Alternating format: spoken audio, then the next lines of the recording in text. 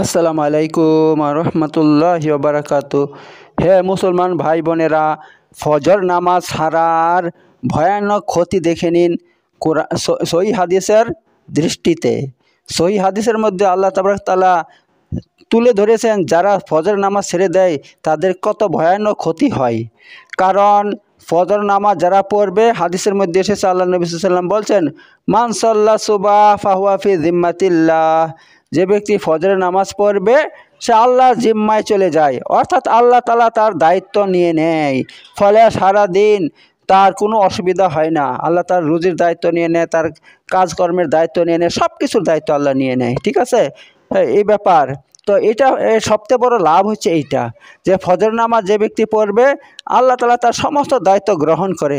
আর আল্লাহ যার দায়িত্ব গ্রহণ করবে সে কি দুনিয়াতে খারাপ অবস্থায় থাকতে পারে? কখনো না। সে গরিব থাকুক তবু আল্লাহ তাকে শান্তিতে রাখবে, তার বালা মুসিবত দূর করে দেবে, তার সব কিছু ঠিকঠাক চলবে। ঠিক আছে বন্ধুরা, পক্ষান্তরে যে ব্যক্তি ফজর নামাজ পড়ে না, তো আল্লাহ নবী সাল্লাল্লাহু আলাইহি ওয়াসাল্লাম এ সম্পর্কে কয়েকটা কথা বলছেন। নম্বর 1, এটা কি বলছেন, যে যখন মানুষ ঘুমিয়ে থাকে সকালে, তখন শয়তান চলে আসে তার কাছে, এসে প্রতিটা মানুষের কাছে যে ফজর নামাজ পড়বে না, শয়তান এসে তাকে তিনটা কি করে দেয়, গিট লাগিয়ে দেয়। তিনটা গিট লাগিয়ে দেয়, মানে তাকে একটা এক প্রকার জাদু করে দেয় তাকে। ঠিক আছে, তিনটা গিরু লাগিয়ে দেয়, মানে তিনটা তাকে জাদু করে দেয়।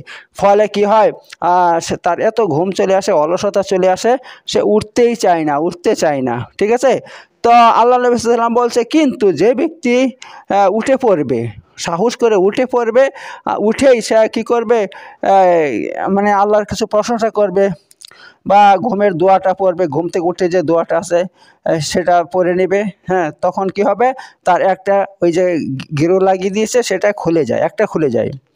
তখন আল্লাহ সাল্লাম বলছেন, সে যদি অজু করতে শুরু করে তখন তার দ্বিতীয় গিরোটা খুলে যায়।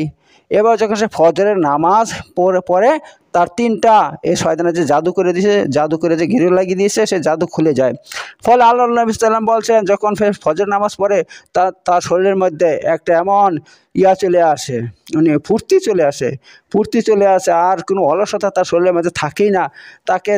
তার মনের মধ্যে এমন ওই তরুতাজা ভাব চলে আসে। ঠিক আছে বন্ধুরা, পক্ষান্তরে আল্লাহ নবী সাল্লাম বলছেন, যে ব্যক্তি ফজর নামাজ পড়বে না সে কী করে, যখন সকালে উঠে তার শরীরটা ভারী হয়ে থাকে, আর ক্লান্তিতে ভরে যায় শরীরটা, আর সুস্তি অলসতায় ভরে যায়, তার কোনো কিছু করতে মনে চায় না, মনে চায় এমন করে পড়ে থাকি। হ্যাঁ, বালিশের মধ্যে মুখ দিয়ে নিচু করে পড়ে থাকে, সারাদিন এভাবে ঘুমাই যতই ঘুমাক, কিন্তু যখনই উঠবে তার শরীর থেকে অলসতা যাবে না, অলসতা যায় না, সারাটা দিন তার কাছে শরীরটা বোঝা হয়ে থাকে। ঠিক আছে, তো এই সে একটা ক্ষতি। আর 2 নম্বর ক্ষতি আল্লাহ নবী সাল্লাম বলছেন, যে যদি কোনো মানুষ সকালে শুয়ে থাকে, ঘুম থেকে উঠতে না চায়, তখন শয়তান কী করে, তার কানে পেশাব করে দেয়।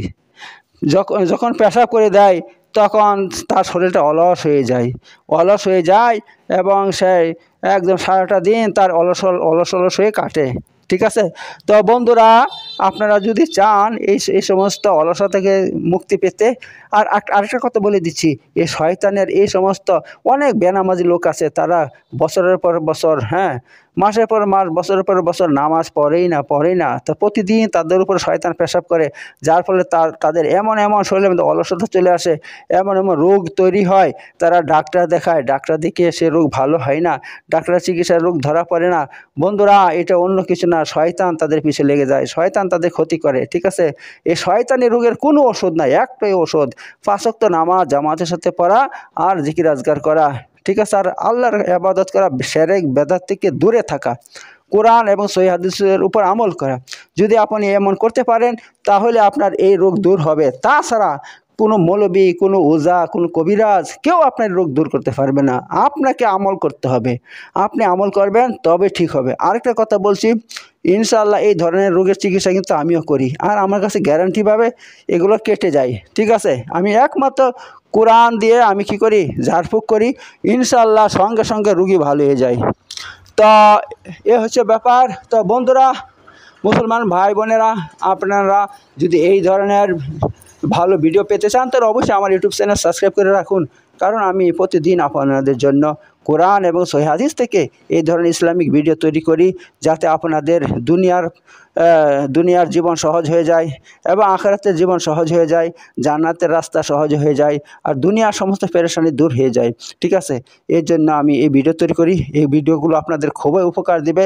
হিংসা করবেন না, হিংসা করে দূরে থাকার চেষ্টা করবেন না।